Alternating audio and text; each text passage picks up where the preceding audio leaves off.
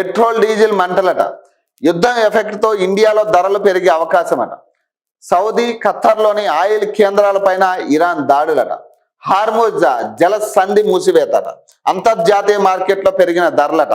ఘోరం, ఒక్క చోట 165 సమాధులట. ఫోటో షేర్ చేసిన ఇరాన్ అట. గల్ఫ్ దేశాలపై దాడులను ఖండించిన భారత్ అట.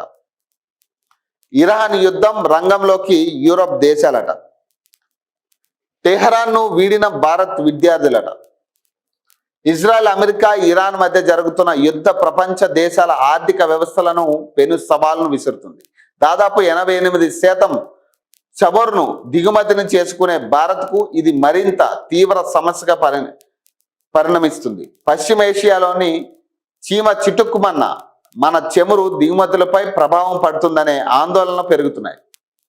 అలాంటి ఇజ్రాయెల్, అమెరికా ఉమ్మడిగా ఇరాన్పై దాడి చేయడం, ప్రతీకారంగా ఇరాన్ గల్ఫ్ దేశాలపైన దాడులకు దిగడం భారత్తో పాటు ప్రపంచ దేశాలు చమురు అవసరాలను ముప్పులో పడేస్తున్నాయి. ముఖ్యంగా భారత మొత్తం చమురు దిగుమతుల్లో సగం పశ్చిమేషియా నుంచే, అది హోర్మోజ్ జలసంధి గుండెల్లోనే మనకు వస్తాయి. తాజాగా హోర్మోజ్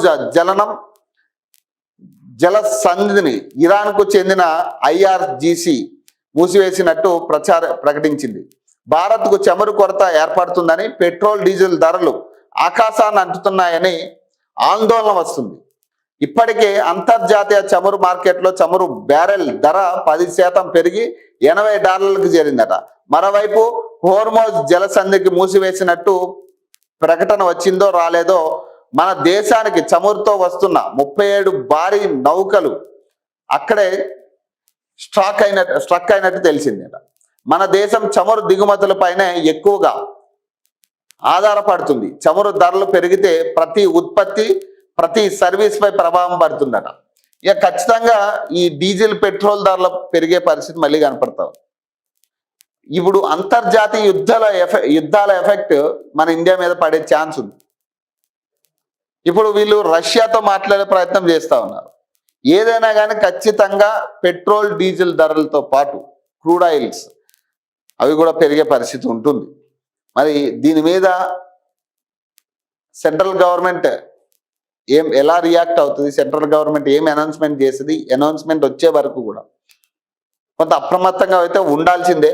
ఇక ఖచ్చితంగా అన్నిటికీ ప్రిపేర్ అయ్యి అయితే ఉండాల్సిన పరిస్థితి.